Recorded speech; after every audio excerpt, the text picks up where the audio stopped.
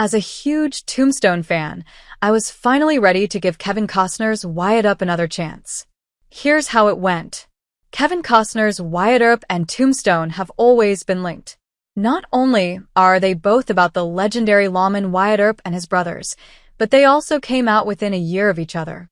While Tombstone has been lauded over the last 30 years as one of the best westerns of all time, Wyatt Earp doesn't have the same reputation, to say the least.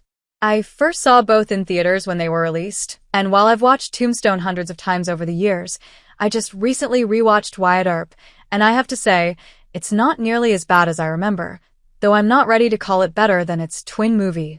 Here are my thoughts. Wyatt Earp is not as good as Tombstone, but it does some things better. I can't say that watching Wyatt Earp changed my opinion, but I do think that while Tombstone has a more electric vibe, a slew of legendary lines, and some amazing performances, it also plays very fast and loose with the historical facts. We plays it much straighter, and I appreciate that. Movies don't have to be historically accurate for me to like them, but I always appreciate it when filmmakers do try their best to blend the facts as well as possible, while still telling a good story. We tells much more than just the titular Earp's full story. It includes all the Earp brothers, whereas Tombstone only focuses on the three who were involved in the gunfight at the OK Corral. Kevin Costner's version of the story includes much more of his backstory, including when he first meets Doc Holliday, Dennis Quaid, his time in Dodge City, Kansas, and even the full story of Wyatt's vendetta ride after Morgan was killed by the Cowboys, as seen in both movies. The effects of the Earp brothers' war with the Cowboys on their families, including Wyatt's first wife, Maddie Blaylock, is also shown. This is glossed over completely in Tombstone, whereas in We the viewer really feels just how hard it was on all the brothers' wives and how upset they were at Wyatt.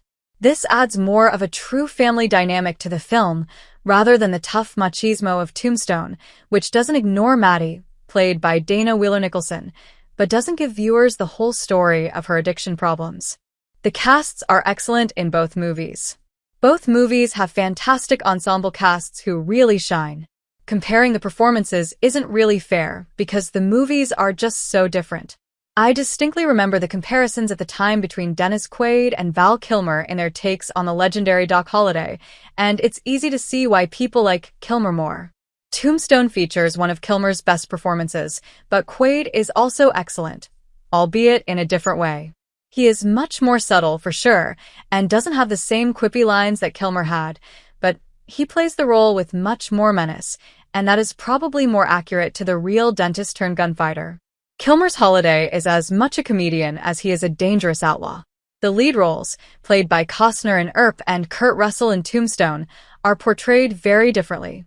Going with the overall tenor of the latter, Russell plays the typical tough guy lawman, while Costner plays Earp with more nuance, as a man who is more conflicted over his actions.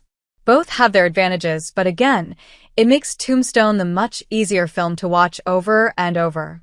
One thing that we has that Tombstone doesn't is a fantastic performance by Gene Hackman as the Earp brothers' father, Nicholas Porter Earp. The character doesn't appear in Tombstone, and Earp takes full advantage of Hackman's performance to show where the brothers came from and why they were the men they were. Ultimately, Wyatt Earp is too slow and too long. While telling the whole story has its advantages, it also means that Wyatt Earp drags a lot. Its over 3-hour runtime is something I felt the whole time.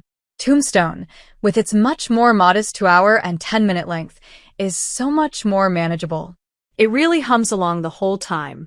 I caught myself looking at how much time was left in We a few times, which is never a good sign. What Earp is attempting to do, and what Tombstone is attempting to do, are two very different things. The latter is much more of an old-fashioned shoot 'em up in the vein of classic westerns. Its dialogue crackles, and the gunfights have you on the edge of your seat. The former, in keeping with Costner's style, is a much more sweeping epic telling the true history of the legendary lawman and his battles with the cowboys across the Old West. In the end, I have a much greater appreciation for Wyatt Earp than I've had for the last 30 years. I have a much better understanding of the real history, and to learn more about that, use your Netflix subscription to check out the docu-series Wyatt Earp and the Cowboy War, and Wyatt Earp is much truer to it. For that, it gets some well-earned points from me. But still, it's not Tombstone. I will most certainly watch that again and again, as I have for decades, while I'll probably never watch We again. So, what do you think? I hope, if you're like me, that you give Wyatt Earp another chance if you've only watched Tombstone over the years. Let me know in the poll below if you plan to check it out now. You can catch it until the end of the month on Netflix's schedule. You're a daisy if you do.